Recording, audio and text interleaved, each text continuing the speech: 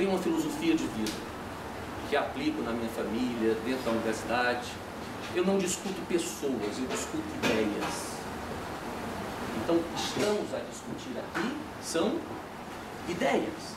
Quando você ensina ao aluno, quando você mostra ao aluno o fundamento, você está fazendo com que o aluno se torne o quê? Um ser pensante. E a partir dali ele vai ter a exata compreensão do movimento. E aí é onde ele vai poder treinar em casa. Porque geralmente o treino a gente faz puxando a memória de quê? De quem estava na frente, né? Deixa eu me lembrar como é que foi, o que é que foi dito. Mas se o fundamento lhe for repassado, a coisa muda de figura. E aí é de se perguntar, e os mestres? Os mestres são figuras essenciais à existência da arte marcial. Mestres, como os que aqui estão, em função de uma coisa chamada inteligência emocional, estes sim. Diante de qualquer avanço, diante de qualquer colocação, seja ela de ordem tecnológica, seja ela de ordem técnica, a percepção do conhecimento da arte é tão grande que eles rapidamente têm a capacidade de interpretar. Então são pessoas imprescindíveis dentro desse mecanismo do ensino do karatê.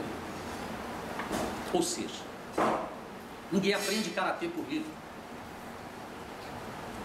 Ninguém aprende karatê sozinho.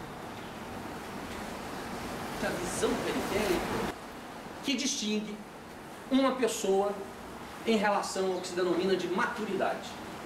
Você estudam arte, você tem que fornecer àquelas pessoas que estão no estudo da arte um subsídio mínimo que traga a ele a noção e a capacidade de ter um juízo crítico. A palavra convence.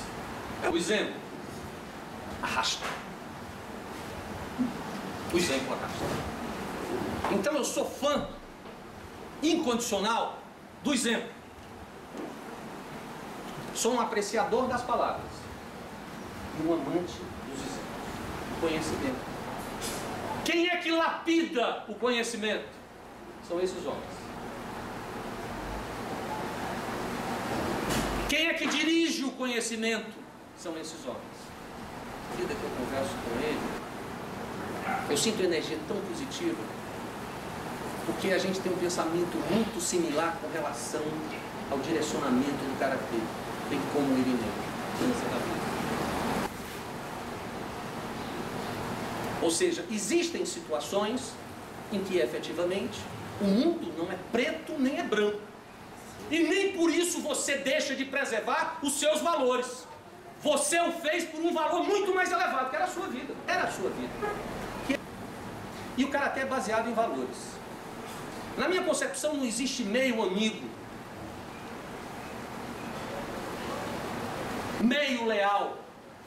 Valores é que vão nortear que a gente está tentando buscar com o karatê. Essa é a inteligência emocional. Difícil isso? Muito. Bastante.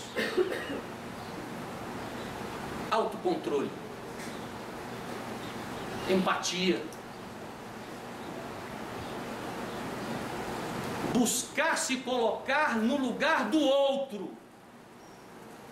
Esse é o papel do karatê. Essa é a ideia do que se chama de uma conjugação de coisas fundamentais,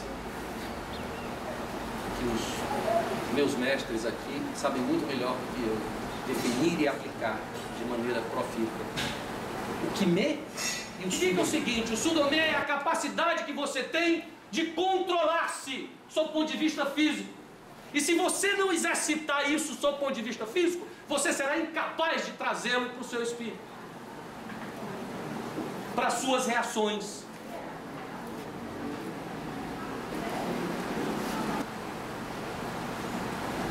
Essa é a função do karatê. É numa fração de segundos ter a capacidade de se colocar no lugar do outro. Essa fração de segundo é a rapidez. É a velocidade do pensamento. A gente, às vezes, fica numa situação que não é proativa. A gente chega e diz assim, poxa, no Brasil tá ruim, isso tá não sei o quê. E que tal eu olhar para mim mesmo? Isso é inteligência emocional que a gente busca. A mudança do Jutsu Budo é a busca do aperfeiçoamento do caráter. Então esse carinha aqui chamado Funakoshi, esse cara de uma inteligência emocional espetacular, brilhante, e ele deixou esse legado pra gente. E não seguir esse norte, essa percepção de alcançar o bem, é não praticar o Karatê Do.